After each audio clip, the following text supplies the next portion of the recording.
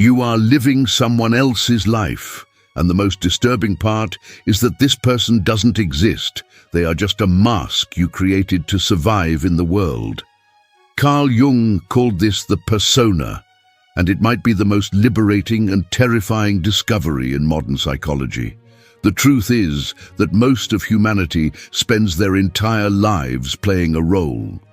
We wake up in the morning and put on our social mask like putting on clothes. At work, we are professionals. With family, we are dedicated children or parents. On social media, we are the edited and filtered version of ourselves. But who are we when the curtains close and no one is watching? Jung realized that most of us don't even know anymore. The persona is this artificial personality we build to fit the world's expectations. It's the self we create to be accepted, admired, respected. It's a social survival tool so sophisticated that we end up confusing it with our true identity. Imagine an actor who played the same role for so many years that they forgot who they were before stepping on stage for the first time. This is the modern drama of human existence. Jung didn't see the persona as inherently negative. It's necessary for us to function in society. The problem arises when it becomes a golden prison, when we invest so much in building this perfect image that we lose touch with our authentic essence. It's like living in a beautiful house, but never opening the windows. You protect yourself from the outside world, but you also deprive yourself of light and fresh air.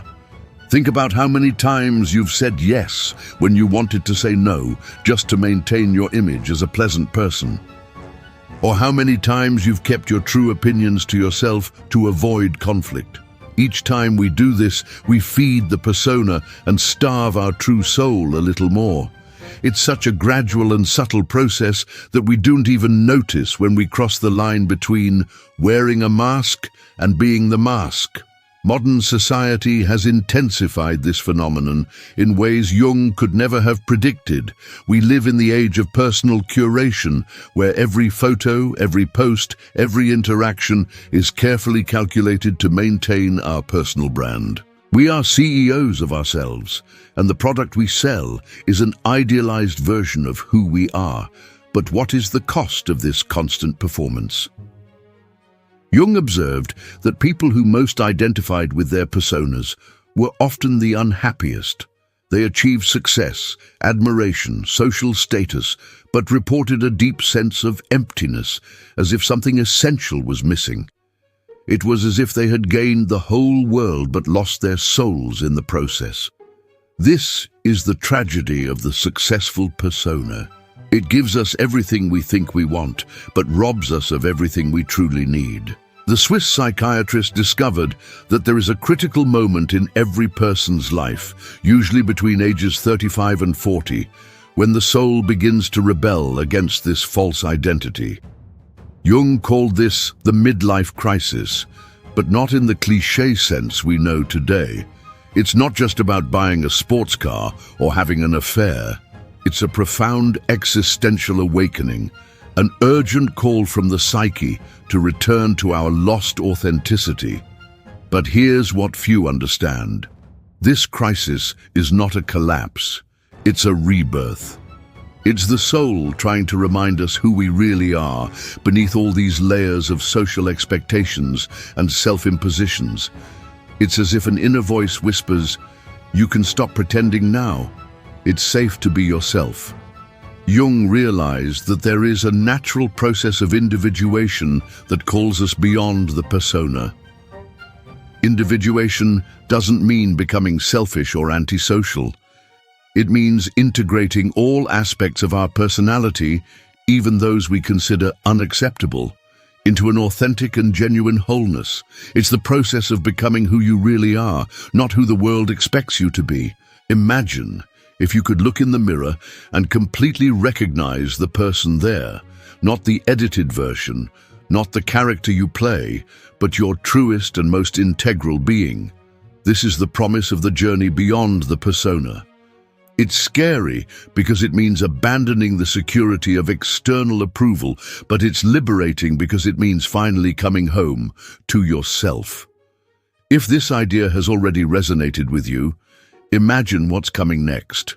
Subscribe to not miss this journey of self-discovery that can completely transform your relationship with yourself and the world. The journey beyond the persona begins with a seemingly simple but profoundly uncomfortable question. Who am I when no one is watching? This question has the power to create cracks in the carefully constructed structure of our social identity. It's like turning on a light in a dark room. Suddenly, we see things we preferred to keep hidden.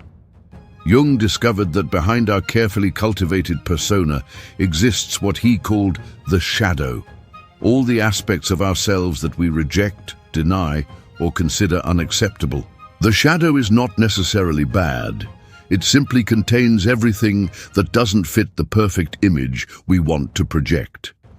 If your persona is always polite, your shadow might contain impulses of rebellion. If you present yourself as always strong, your shadow might hold your vulnerability and need for care. The problem is that the more energy we invest in maintaining our impeccable persona, the more powerful and destructive our shadow becomes. It's like trying to hold a beach ball underwater. It requires constant energy, and sooner or later, it will escape with explosive force. Jung saw this in his patients, people who had built such rigid personas that their shadows began to emerge through neurotic symptoms, destructive relationships, or compulsive behaviors. But here's something fascinating. Jung discovered that our greatest gifts and potentials are often hidden precisely in what we most fear about ourselves.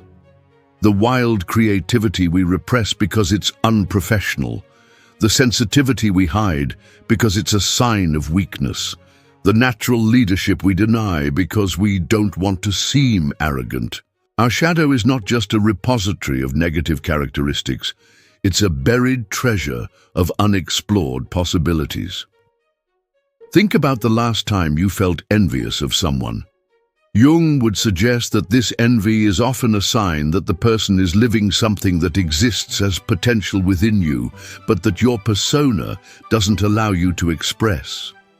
The free artist you envy might be mirroring your repressed creativity. The confident leader you admire might be reflecting your unrecognized leadership. The authentically vulnerable person you find brave might be showing an emotional strength you possess but hide. The process of recognizing and integrating our shadow is perhaps the most challenging part of the journey beyond the persona. It requires brutal honesty with yourself and the courage to admit that we are more complex, contradictory, and human than our public image suggests. But it's also where the true alchemy of personal transformation happens.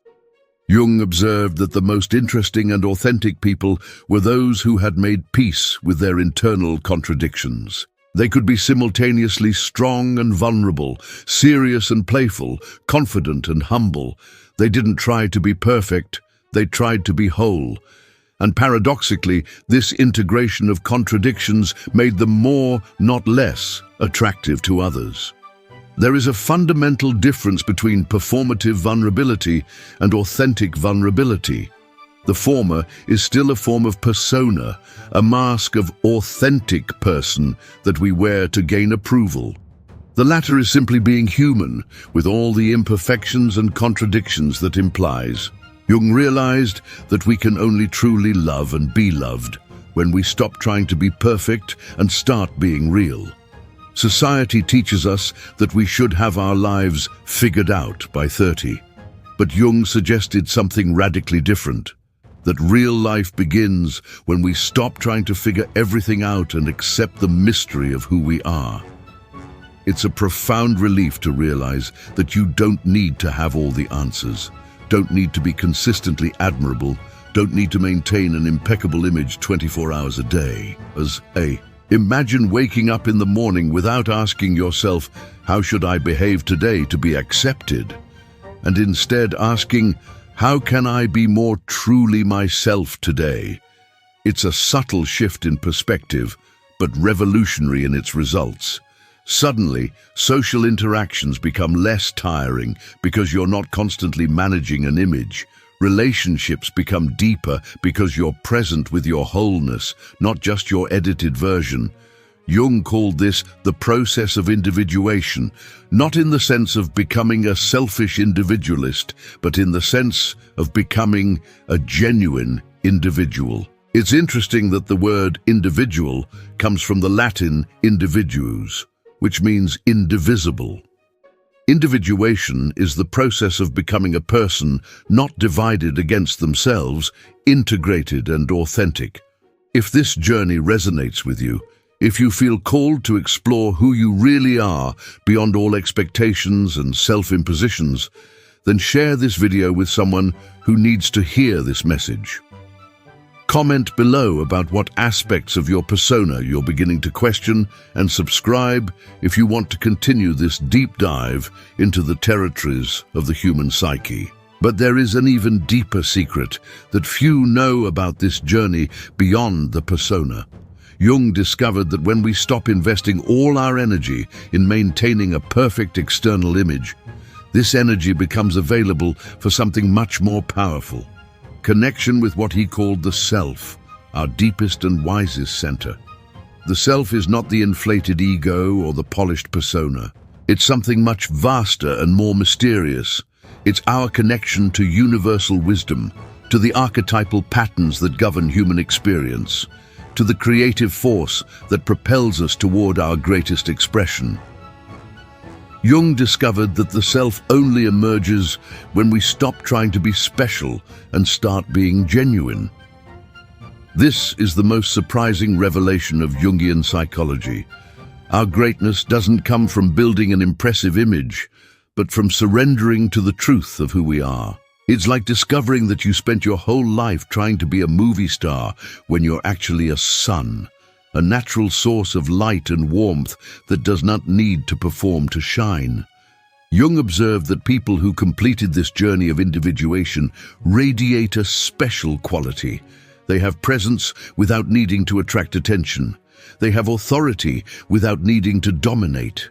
They have charisma not because they calculate every move, but because they are authentically themselves. It's as if they had found an internal source of validation that frees them from the desperate need for external approval. The most beautiful thing is that this authenticity creates ripples. When you stop pretending, you unconsciously give others permission to stop pretending too. Your courage to be imperfect inspires others to embrace their own imperfections. Your willingness to be vulnerable creates safe space for others' vulnerability. Your personal journey of individuation becomes a gift to the world.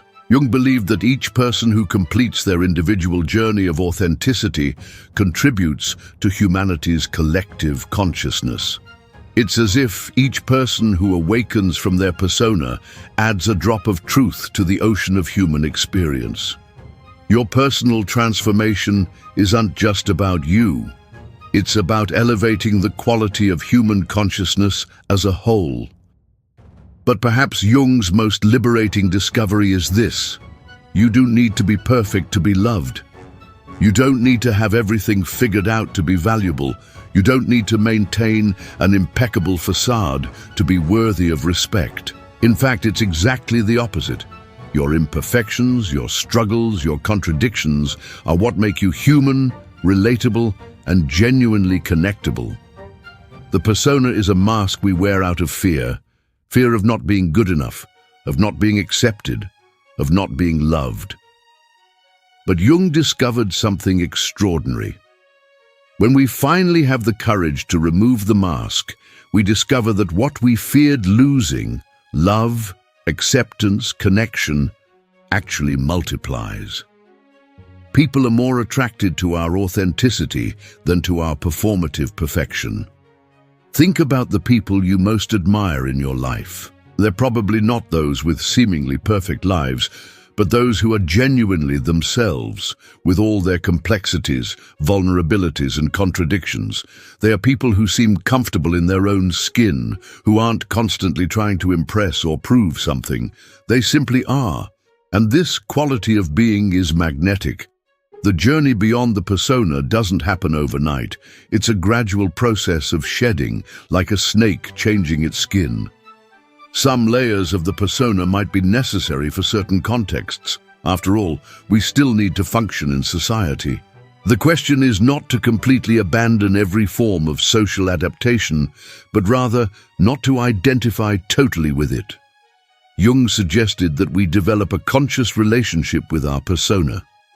Use it when necessary, but don't let it use you. Wear the mask when appropriate, but remember that you are much more than any role you play. It's like being an actor who knows the difference between being on stage and being backstage. Both are legitimate aspects of the experience, but one doesn't define the other. The real life, that rich, complex and authentic life that Jung saw as our birthright, begins when we stop trying to be who we think we should be and start discovering who we really are. It's a journey that requires courage, but offers something no performance can provide, the deep peace of being at home with yourself. Your real life is waiting for you on the other side of fear, on the other side of the need for approval, on the other side of the carefully constructed persona. And Jung reminds us that the moment to begin this journey is not when we feel ready, because we will never feel completely ready. The moment is now, with all the imperfection and uncertainty that implies. In the end, the question Jung leaves us is not, who should you be, but who are you when you stop trying to be someone? The answer to that question might be the key to a life of meaning, authenticity, and deep personal satisfaction. If this journey resonates with you, if you feel the call to explore who you really are beyond all the masks and expectations, then you have already begun the process of individuation. Like this video, if it touched something deep in you, share it with someone who needs to hear this message of liberation, and subscribe to the channel to continue this exploration of the deepest territories of human experience. Because your journey to authenticity is not just yours. It's a gift to everyone who is lucky enough to know the real person behind the persona.